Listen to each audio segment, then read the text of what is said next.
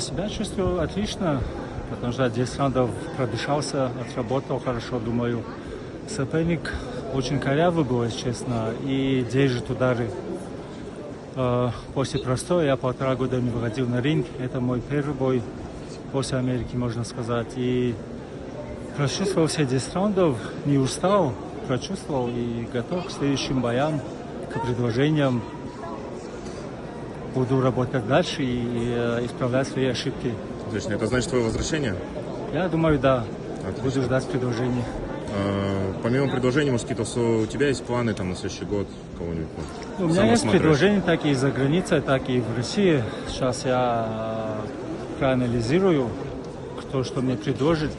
Исходя из этого уже буду решать, что будет дальше. Okay. Слушай, профессиональный бокс в Нальчике, как оцениваешь? Такие вечера бокса, как давно были такие хорошие? Где-то в 2018 году один раз был, но вот такой вечер бокса, это, наверное, первый раз такого масштаба у нас в республике, вечер профессионального бокса.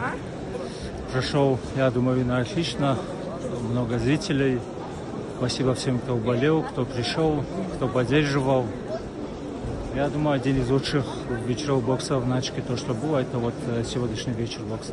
Отлично. Предыдущие бои смотрел или готовился? Может что-нибудь скажешь о бойцах? Да, бойцах местных.